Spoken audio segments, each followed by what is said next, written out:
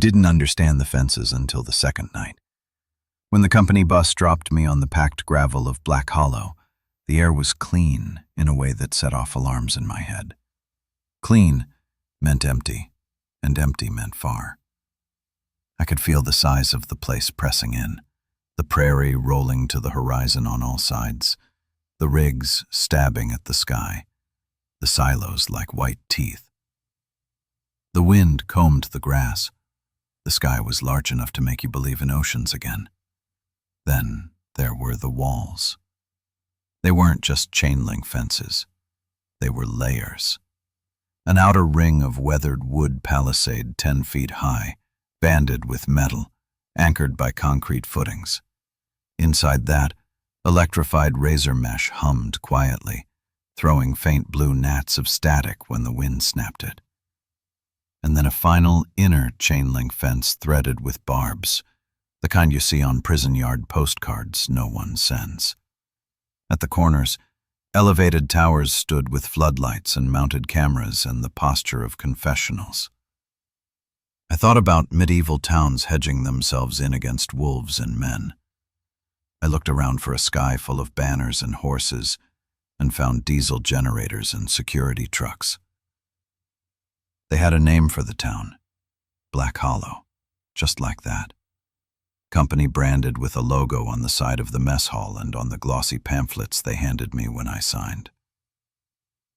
Trailer homes flanked the main road in tidy lines with gravel pads and flimsy front steps.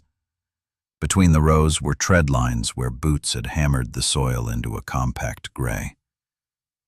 The foreman pointed me to my unit with a chin and a grunt, as if talking would cost him a bonus. I hauled my duffel and toolbox down the row. Eyes watched me through the slats of blinds. The faces were all the same flavor of tired. 30 going on 50, 50 going on wreckage. I lifted a hand at some of them. A few nodded. Most turned away. I decided I'd be different. You always decide that, once in your life. My trailer had a number stenciled on the door and a dead fly in the kitchen light fixture. The floor tilted just enough to trick your balance. The shower knocked like a stranger when I turned it on. The mattress had the topography of previous backs. I tossed the duffel and sat on the edge of the bed and listened. When the wind dropped away, Black Hollow made its own weather. Powerhouses throbbed in a distant bass. Metal chimed. Someone's laughter cut off like a wire. Somewhere a dog barked twice and then never again. I pressed my palm against the wall and felt a faint vibration I couldn't name. Orientation was a stack of forms and a tour. We walked along the hard-packed lanes to the logistics yard, lined crates, pipe racks, the forklift's yellow snout peeking between spools of cable thick as wrists. Our guide wore a laminate badge and a smile clamped at the edges. "We're self-contained," she said. "You need something, you ask the desk. Everything you need is inside the fence."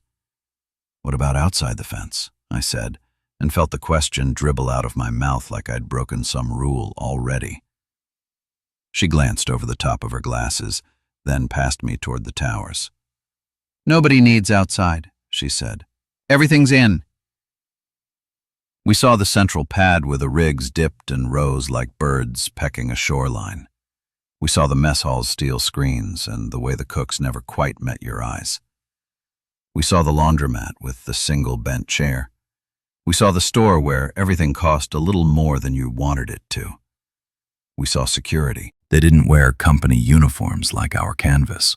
They wore matte black, fatigue pants, and fitted jackets and boots that didn't make noise. Their rifles were neat, like someone had ironed them. They had a trailer of their own near Tower 3 with a private fence and no windows. A man with a close-shaved head and a jaw like a wrench walked past, checking something on a tablet. He didn't smile at our guide. "You'll see them mostly after hours," she said. "Company policy." Safety posture goes up after dusk. "We're in a wildlife corridor." She said it like a rehearsed line. A wildlife corridor. The words felt like a rubber glove.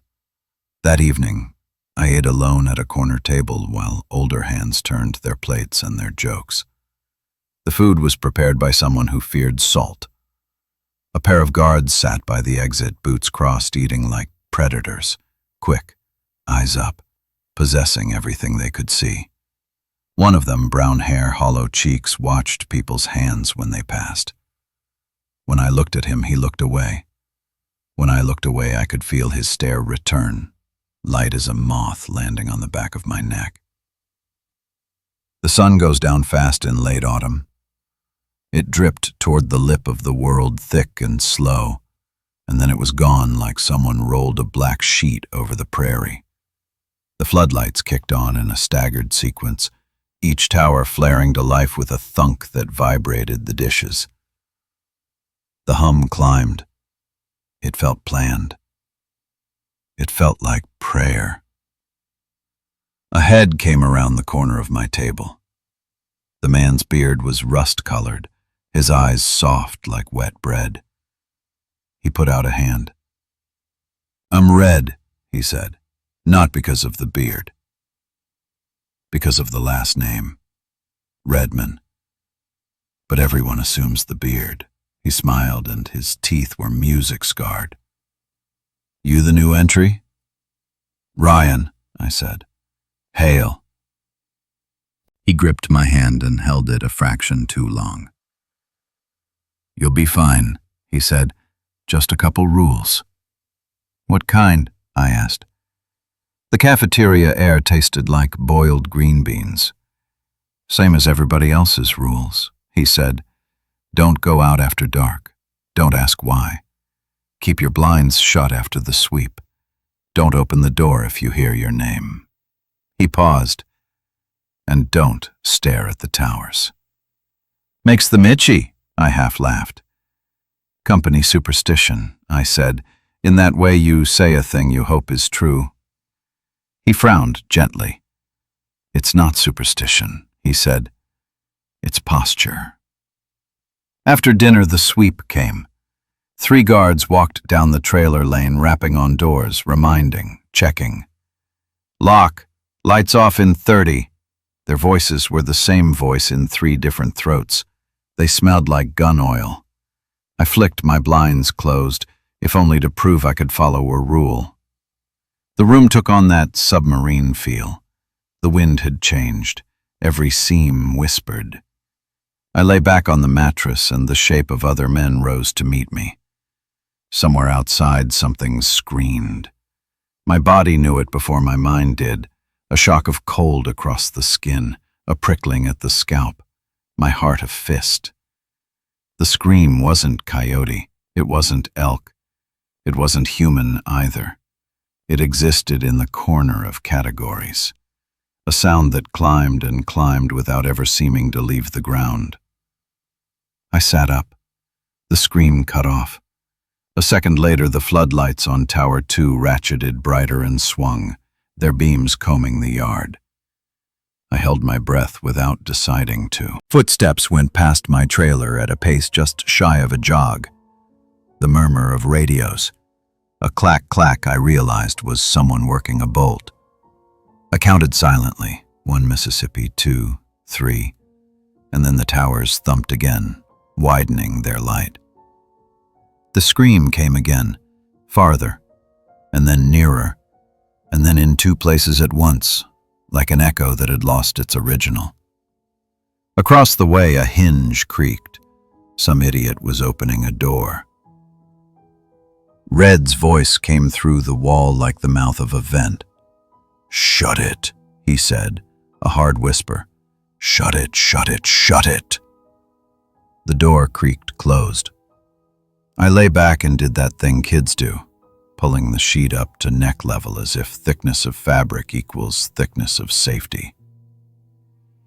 3 more times, the scream. It made my teeth want to crack. Then, silence, but not empty. A full silence, like a glass held just below overflowing. A minute later, a long burst of automatic fire, then a short burst. Then 3 spaced shots like punctuation. Then radios, footsteps, and a man muttering something in the steadied tone of someone who made too many promises to himself already. Then the floodlights ratcheted down half a notch like the place exhaling. In the morning, you would have thought nothing had happened. Nobody looked at anybody. The mess hall sounded like a church breakfast, except that smiles started and died without finding faces. I stood in line with a tray and saw a guard's sleeve with 3 dark streaks like finger marks. He tucked it away inside his jacket. He saw me see and offered a smile that showed nothing but teeth. Day shift made a kind of sense. On the pad, your world shrank to the machinery you tended and the men beside you shouting over the engines. My assignment was on Service Rig 14, north side near the outer fence. The derrick yawned overhead, a rib cage against a pale November sky. A crane eased in a string. A man with a tagline danced it. I cleared a snag and got an approving nod from a man whose regard I discovered I wanted. The diesel stink was its own weather system. A flare downfield hissed and fumed, a steady candle in the wind. At lunch, perched on an overturned bucket, I met Tasha. She was short and stone-carved with hands that remembered hard work. "First week?" she said. "Second day," I said, smiling like an idiot who wanted it to be enough. "You'll learn the rhythms." She bit into a sandwich and chewed like each bite required a convincing argument. "You bunk near Tower 2? 3, I said. She lifted her chin, thoughtful. "Keep your blinds shut," she said. It sounded like blessing and eulogy both. "What are we keeping out?" I asked, leaning into an easy joke and missing it entirely. She looked at me for 3 long seconds. "Light," she said at last. "We're keeping the light in." The afternoon slid the way it does when your hands are busy and your brain is a radio between stations. You move, you lift, you secure, you watch, you signal. You drink from a paper cup and eat a candy bar and think about nothing and everything, which is the same thing.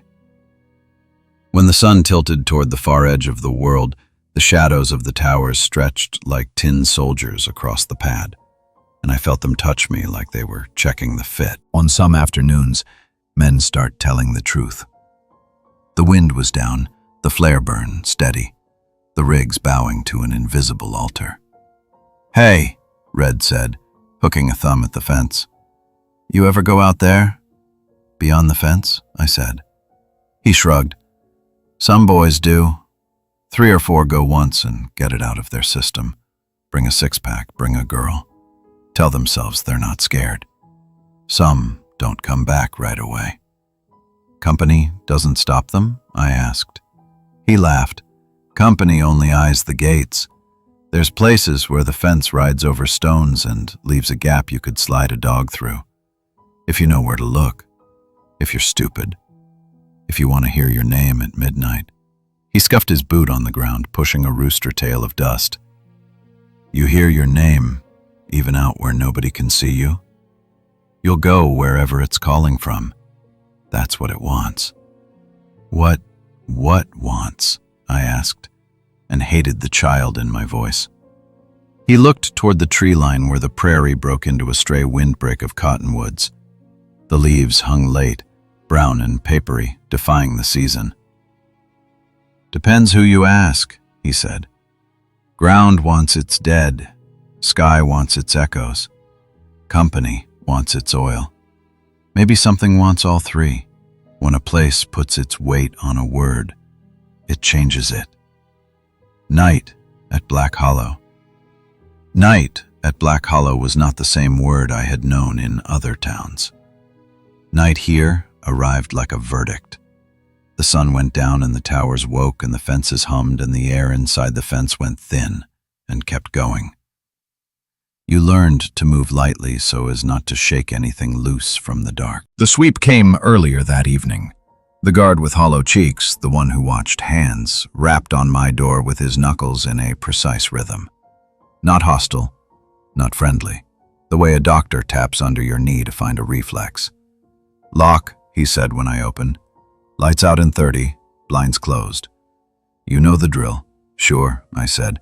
And then, because politeness is a disease, "How's your night?" He stared at me, then looked up at the tower light scanning the perimeter. He had the wary, sleep-drunk eyes of a new father. "Short if we're lucky," he said. "Long if we're not." "What's out there?" I said. It felt like asking a dog what it thought of thunder. He chewed his lip for a second, as if tasting his answer before serving it. "If you think there's one answer, you'll get yourself hurt," he said, and turned away. I locked my door. I stood in my kitchen and stared at the blinds until it felt like they were staring back. I made a show of washing my plate to keep my hands busy.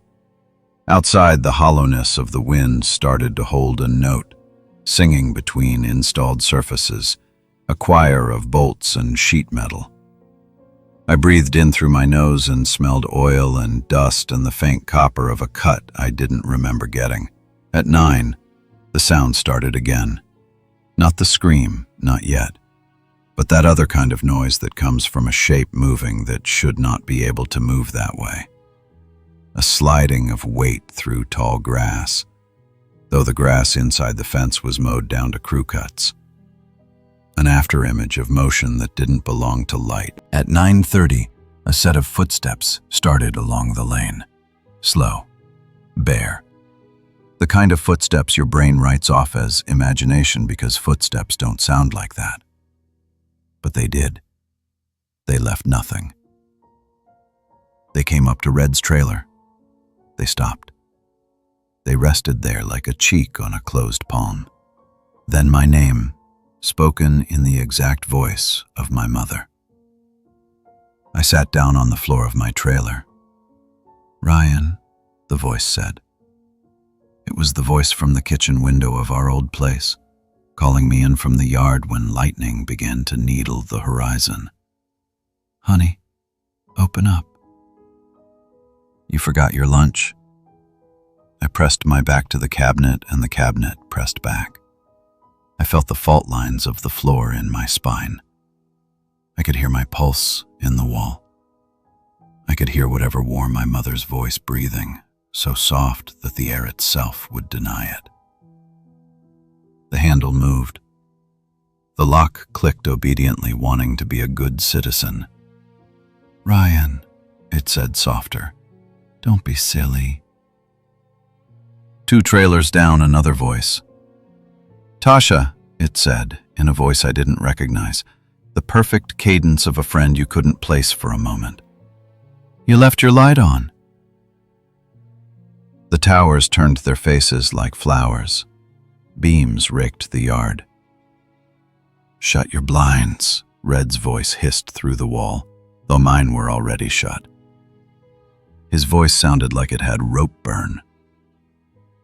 I slid crawling to the bedroom, dragged the blanket off the bed, tucked it under the front door like a dam against a river of light. I thought about the rules. Lights off, blinds shut, do not answer to your name. I thought about how simple they were, and how cruel. I lay on my side and made myself into a smaller version of myself and breathed into the crook of my elbow. The voice outside tried a different tone, scientifically, like it wanted to see if it could reach me at a pitch I didn't know I could hear. It didn't stop. Not for long. It could wait, and it did. The guards didn't fire yet. The floodlights circled steady. The fence hummed.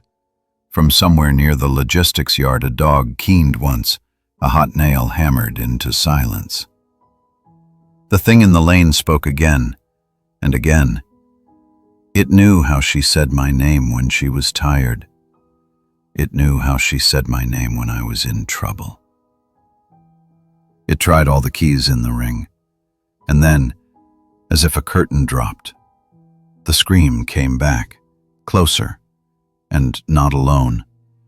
3 fields away, 4, hard to place it, like echo, like memory. The footsteps in the lane were gone, if they had ever been there. A staccato of gunfire snapped the air into glass shards, then a shout over a radio, a number, a direction. The towers leaned into the far fence, and their light made a trembling ribbon out of the razor wire. Something flittered along it, too fluid, changing shape between fence posts like water poured too slowly.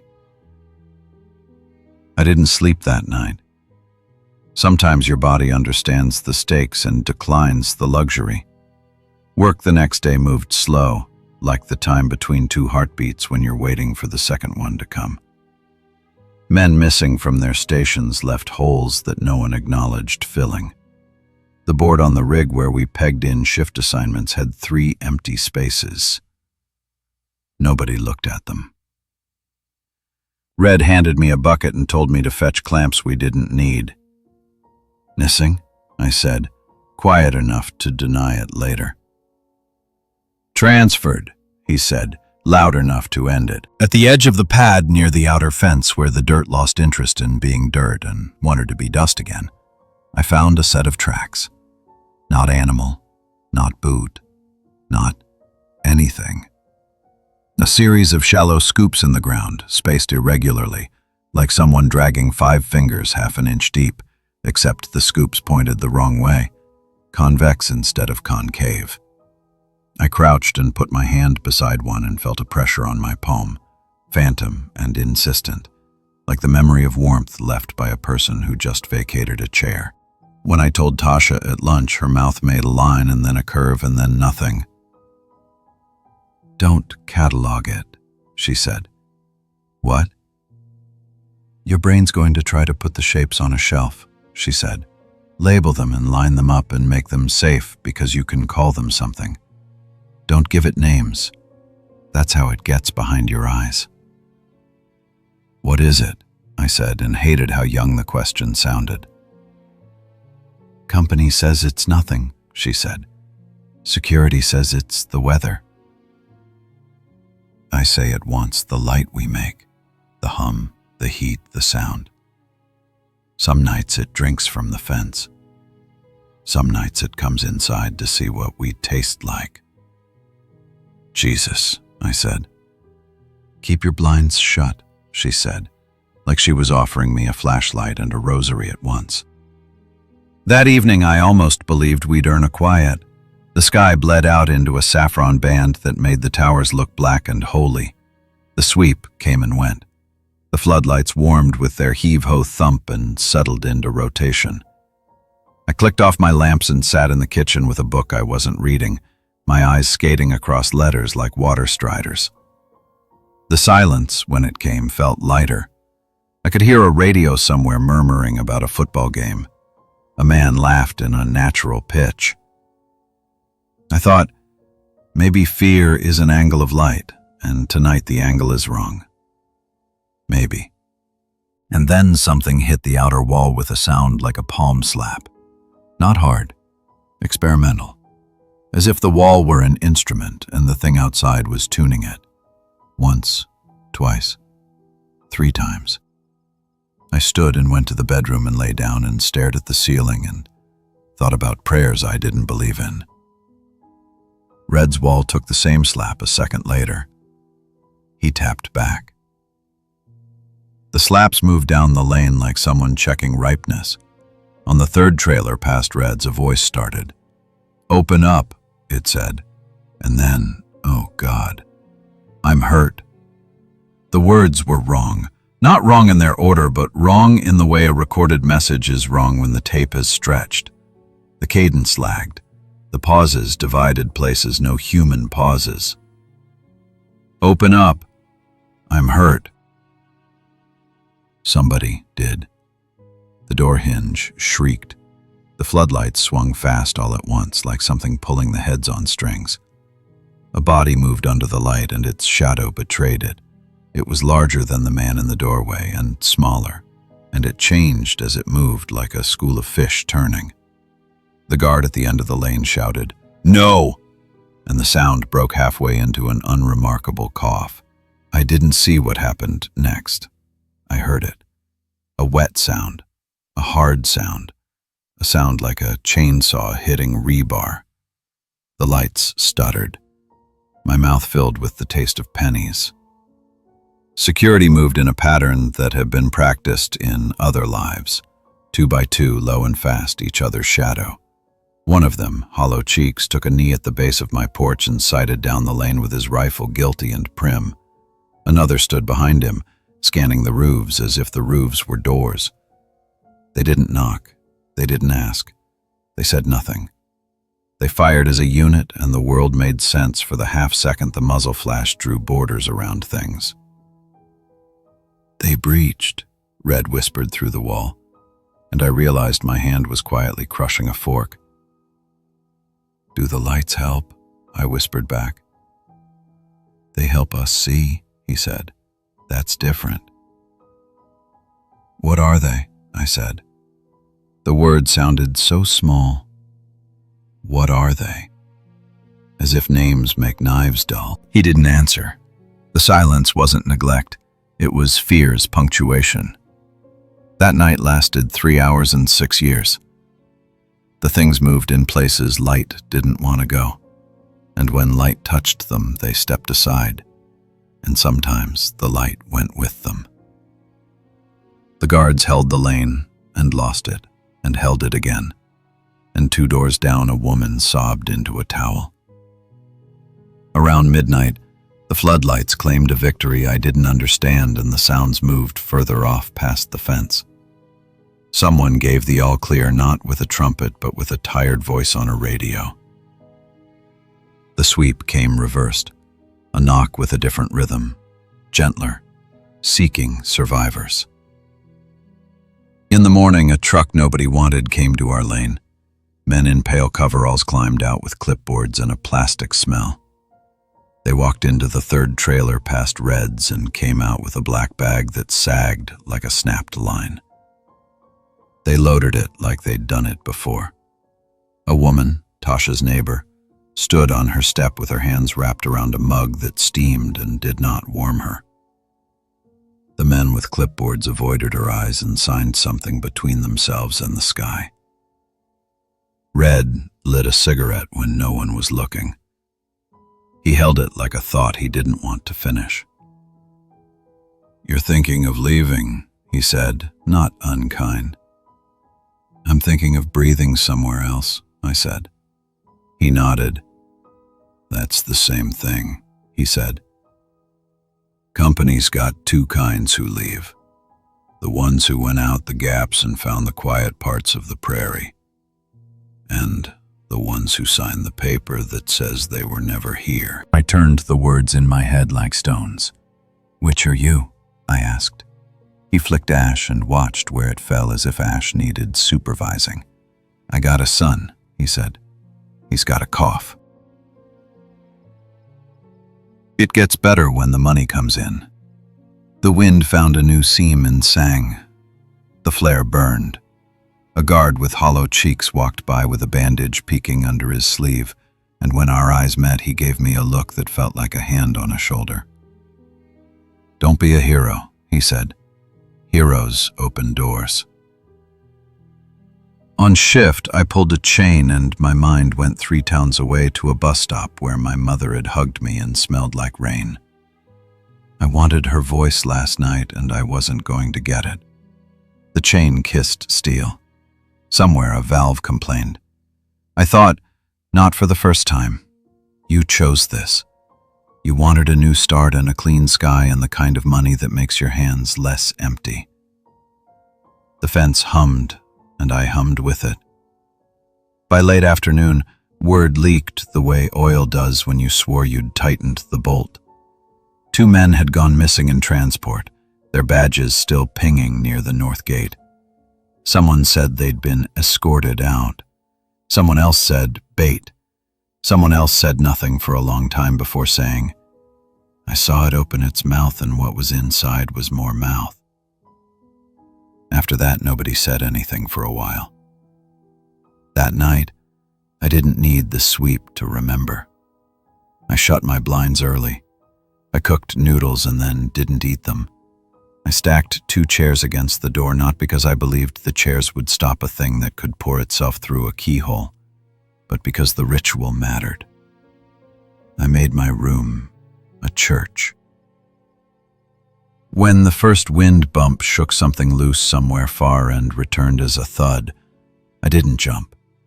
When the guard's knock came at 9 with the lock check, I let it comfort me like a metronome. At 10, the voice came again with my name, but softer, as if embarrassed by last night's performance. It tried the timbre my first girlfriend had used when she wanted me to come outside when the house was sleeping. It used my father's voice, the one I hadn't heard in 8 years except in photographs. It used a voice I didn't recognize, my own, older, tired. "Ryan," it said, "come on, man. It's me." I lay there and let my heart do its new job. Outside, footsteps that were not footsteps flowered. The floodlights held their pattern. A guard down the lane coughed, and it sounded like a warning a crow might give. Red's wall was warm against my back. He was there. He was breathing. It was enough. I dreamed the fence hummed a note humans couldn't hear but could feel, and that note threaded the bones of the things outside, so when they came close it made them shimmer and forget the shape they wanted, and remember a different one that didn't fit in our world as well. In the dream, the towers were tuning forks struck by lightning. In the dream, the field hands were candles. Sometime around 1, the floodlights surged, brighter than bright, and the hum peaked, an electric scream with no mouth.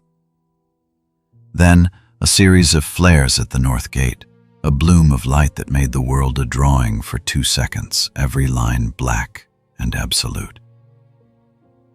A shape larger than the tower drifted in the smoke, smooth and wrong, as if someone had tried to sculpt a whale out of mist, then thought better. The guards fired and the bullets stitched the air like a tailor. The shape folded around the bullets and decided that being shot meant being 2 inches to the left. I realized, sick and sure, that our guns made more sense to us than to it. And then, without a shot, without a shout, it was over. The floodlights dimmed to their previous holy. The towers resumed their sweep. The world expelled its held breath. The quiet that followed felt like a hospital corridor at 3 in the morning. At dawn, the wind had changed. The sky was the color of old metal. In the lee of Tower 3, where the dust gathered, I found a line in the ground, shallow, neat, as if a finger had been drawn through flour on a countertop, except the flour hard-packed, and the finger a thought. The line made a curve that didn't know what circle meant. I followed it until the fence stopped me. On the 3rd day, the company held a meeting in the mess hall. The placard said, "Safety briefing." The foreman stood at the front with a laser pointer that never pointed at anything. "There was an incident last night," he said, as if last night were an inconvenient parking situation. "Our security team handled it. We remain committed to zero harm and 24/7 productivity." His eyes flicked to a printed script on the table. "The wildlife corridor remains active. Remember to respect the perimeter." Someone raised a hand. He didn't look like the kind who raised hands. "What happens if I go home?" he asked.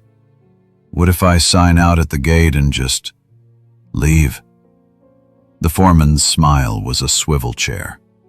"We hope you'll stay," he said, "but our contracts are clear." 2-week notice, lodging request, shuttled to Williston or Dickinson. Our security posture increases during transport. No civilian vehicles beyond the outer fence. "What about the ones that leave through the gaps?" someone else said. He was a kid, younger than me by the way his wrists didn't know where to be. The foreman's smile stopped. "We don't have gaps," he said. After the briefing, Red stood with his hand on the back of a chair like a man on the deck of a ship. "You think leaving is a direction," he said softly. "But out here, anywhere you go is still the middle." That evening I walked to the laundry with a bag of clothes that didn't need washing just to use my legs before night folded them. The lanes between trailers were empty. The towers watched like tall men at a funeral.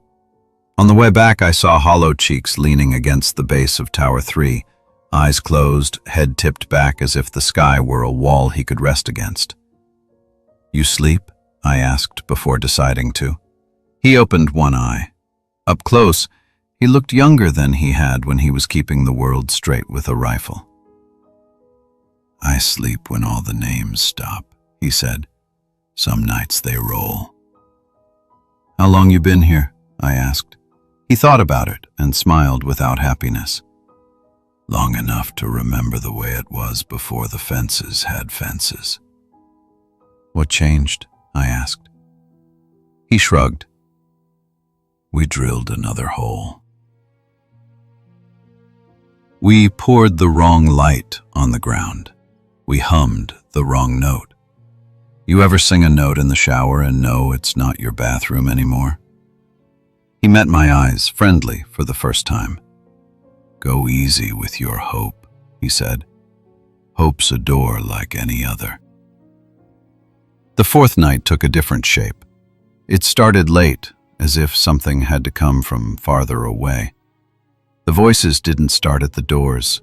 They started at the windows, whispering in the spaces between the slats like bees. They didn't say names. They said sentences made out of the memory of words, the rhythm of comfort without the content. I lay on my bed and thought about highways and bus stations, and the way fluorescent lights flatten faces. I realized that the things outside didn't knock to be let in.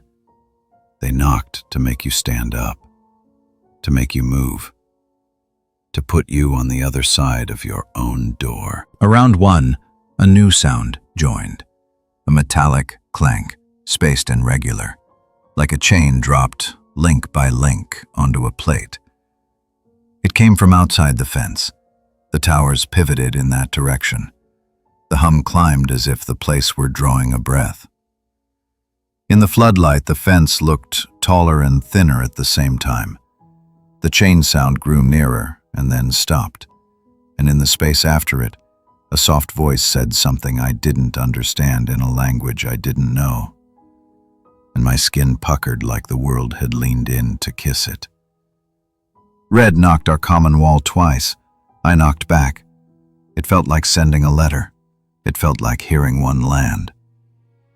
The breach alarm sounded then, a high, insistent tone that pealed at the same frequency as fear. Security moved like a flock, converging on the north gate.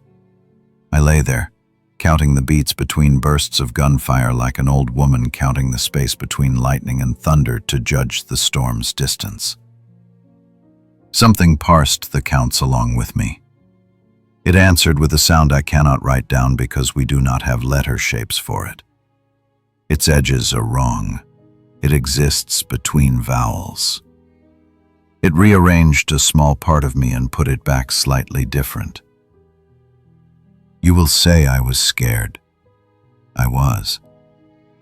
But scare is a cheap word for the rich country I walked into. I was awake the way a broken tooth is awake. Near dawn, the sky might have thought about trying on a color that wasn't black. In that pre-color hour, I heard a noise at my door that I knew. It was a key. The lock clicked. The handle didn't move. "Ryan," said a voice I trusted. It was Red's voice, hoarse and close, threaded through with a hush that had hands. "Don't say anything. Don't move. Just listen." I held still so hard my muscles protested. "They'll open the gate," he said, not to me, not only to me, maybe to himself. "They'll let it in and close it for a minute. They think they can pen it. They think fences work on everything. When they do, it'll be loud over there. When it's loud over there, it's quiet over here. If you're going to go, that's when. Go where? I breathed against the pillow, words rearranged by cotton. You know where, he said. The gap at the west fence where the concrete cracked. You saw it out of the corner of your eye yesterday when you went to logistics and looked away because your brain doesn't want trouble. The wind pushes the wire there. It's almost enough. Almost, I said. He didn't answer. The key turned back. The lock reset. His footsteps walked away. Outside, the world took a breath that would become a scream. I lay there until my heart made a strange decision. It stood up inside me. I stood with it. I put on my boots quietly and made my hands do buckles without looking. I moved through the dark place I rented like it was a map I had only ever known. When I opened the door, I opened it on a different planet. The towers were all pointed toward the north gate, and their light made the west fence a dim idea, like a memory you could reach into and pull a coin from. The ground between trailers was a field of long shadows and darker farewells. A guard ran past me without seeing me, his mouth a square of breath. He carried a coil of something silver that looked like it wanted to be relevant. From the north gate, a sound like an animal eating an instrument. A light flared, and in it, a shape turned like smoke poured into a container. I moved.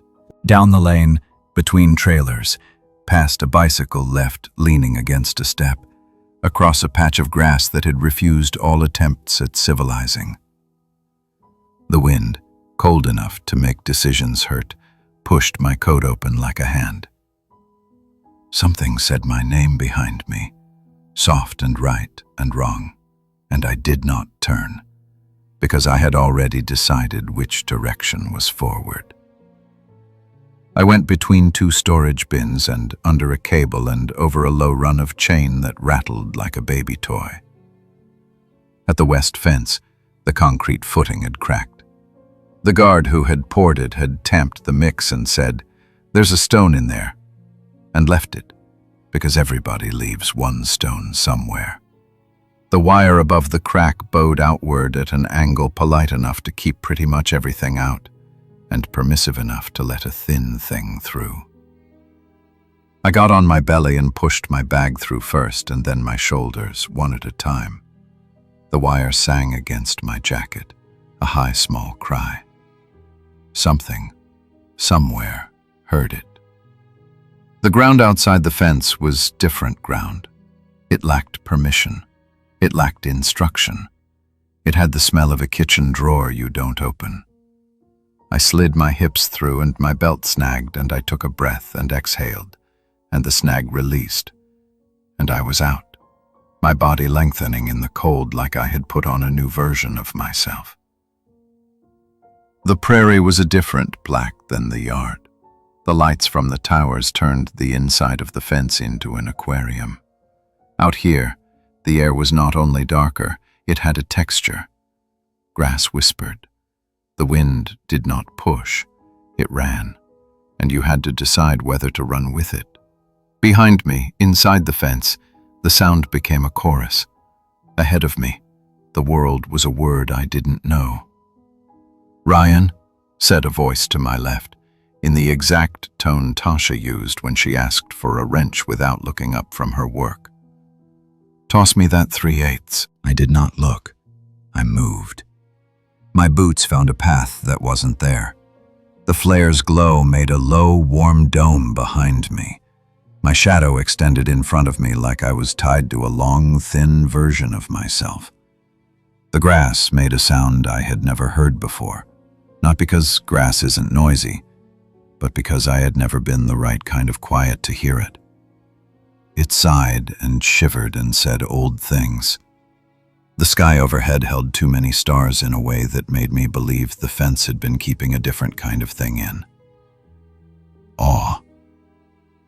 I didn't have a destination beyond away. Away turned out to be a shallow draw that gathered wind like a bowl. I slid down its lip and tucked myself in the lee of a cluster of rocks that looked placed by a hand that had moved bigger things long ago. From here, I could see the towers lined like spine bones against the dome of light. The flare flamed. The fence was a drawn line. The shape at the gate became less a shape and more a place where the world didn't care about borders. If you have ever watched men try to lasso weather, you will know the feeling. The guards moved the way they had been told to move. The floodlights tried an angle and then another. The hum climbed and the ground sang and the shape flexed and moved and decided, in its way, to be elsewhere.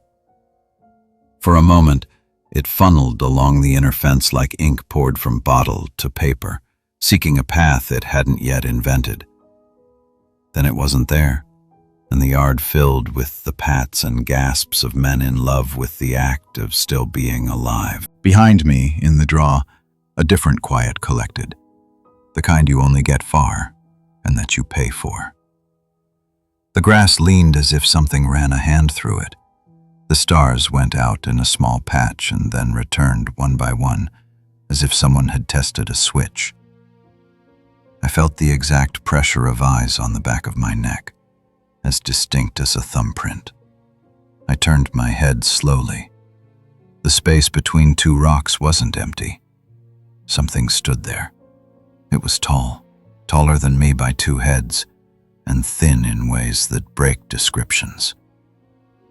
It had the posture of a patient teacher and the long patience of weather. Up close, the world around it misbehaved. Grass bent toward it, not because of wind, but because they wanted to. The starlight failed against its edges as if no one had told it how to be illuminated.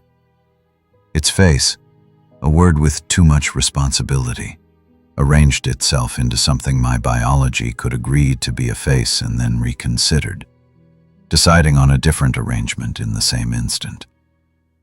What stayed consistent were the eyes, not glowing, not lit, but bright the way wet stone is bright when you lift it and it sees you. It smelled like cold iron and something you remember from a church you went into only once. When it breathed, the air did not move. When it tilted its head, the wind judged me. "Ryan," it said, and the way it said it was a problem. It said my name the way I say it in my head when I don't say it out loud. The exact flavor of shame and hope and middle of the night lit by the fridge. It said my name as if it had always been saying it. I didn't run. Running would have been the second worst decision. The worst would have been answering. I did something else, something small and human. I took a step sideways, slow enough to make no more sound than reflection. It watched me the way a deer watches a train, interested, sure that if it holds still, the universe will arrange itself around it. It tilted its head again, and a second head tilted a soup spoon's breadth out of phase with the first, and then decided against existing. It took a step, and the place it stepped had to negotiate what a step was. Behind me at the fence, a voice shouted a number and then a direction. The flare popped. A floodlight found a bird and made a god of it for a moment. The thing and I were in a different country of dark. It spoke again, less like a voice and more like a hand on the inside of my skull arranging ideas. Come back. Warmth. Your bed. Safety. Red's voice. My mother's. Myself. I took another step sideways and put a rock between us. Not because I thought a rock would stop a miracle, but because humans do that. We place small things between ourselves and the ocean and call it a wall. It watched the rock. The watching interested it. Its attention had pressure. The pressure made tears in my eyes for no reason my body was willing to offer. I used the tears to blur the world into shapes that were less convincing.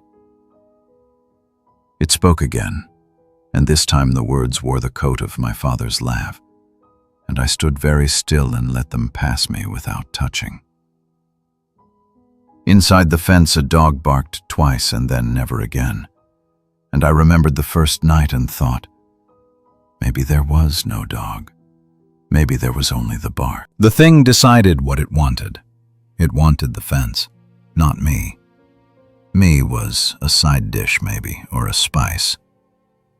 It moved toward the light in a way that made the ground pay attention. I let it go. I let it have the light because I had discovered something in the draw.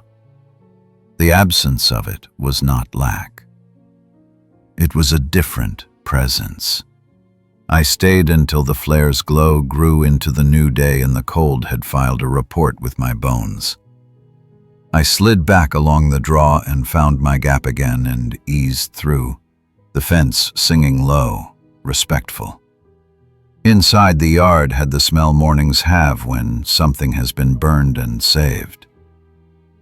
Men stood in small groups, not touching. The wind moved a paper cup the way you move a stranger's hair off their face. I walked to my door. Red sat on his step with a cigarette he wasn't smoking. "Well?" he said. "Yeah," I said. He looked at me, and my face told him what he needed. He nodded. "It's worse out there," he said, as if we were old fishermen, as if the sea beyond the breakers had a different kind of sorrow. "It's quieter," I said. He smiled without showing his teeth. "Quiet," he said. "That's the word you choose?" "I chose it," I said, and realized that choice is a door you carry. He flicked his cigarette without lighting it. "You going to sign out? You going to take the shuttle? You going to go back to a place that pretends fences are for cattle?" "I don't know," I said, and the honesty of it surprised me. "I don't think there's a shuttle that goes where I can go now." The day worked me until work was the only idea I could think. The night came and I shut my blinds. The voices came and were shapes of other things, weather in sentences, regret in syllables. I lay with my ear against the wall and listened to Red breathe. It was enough. Outside, the fence hummed. The towers sang.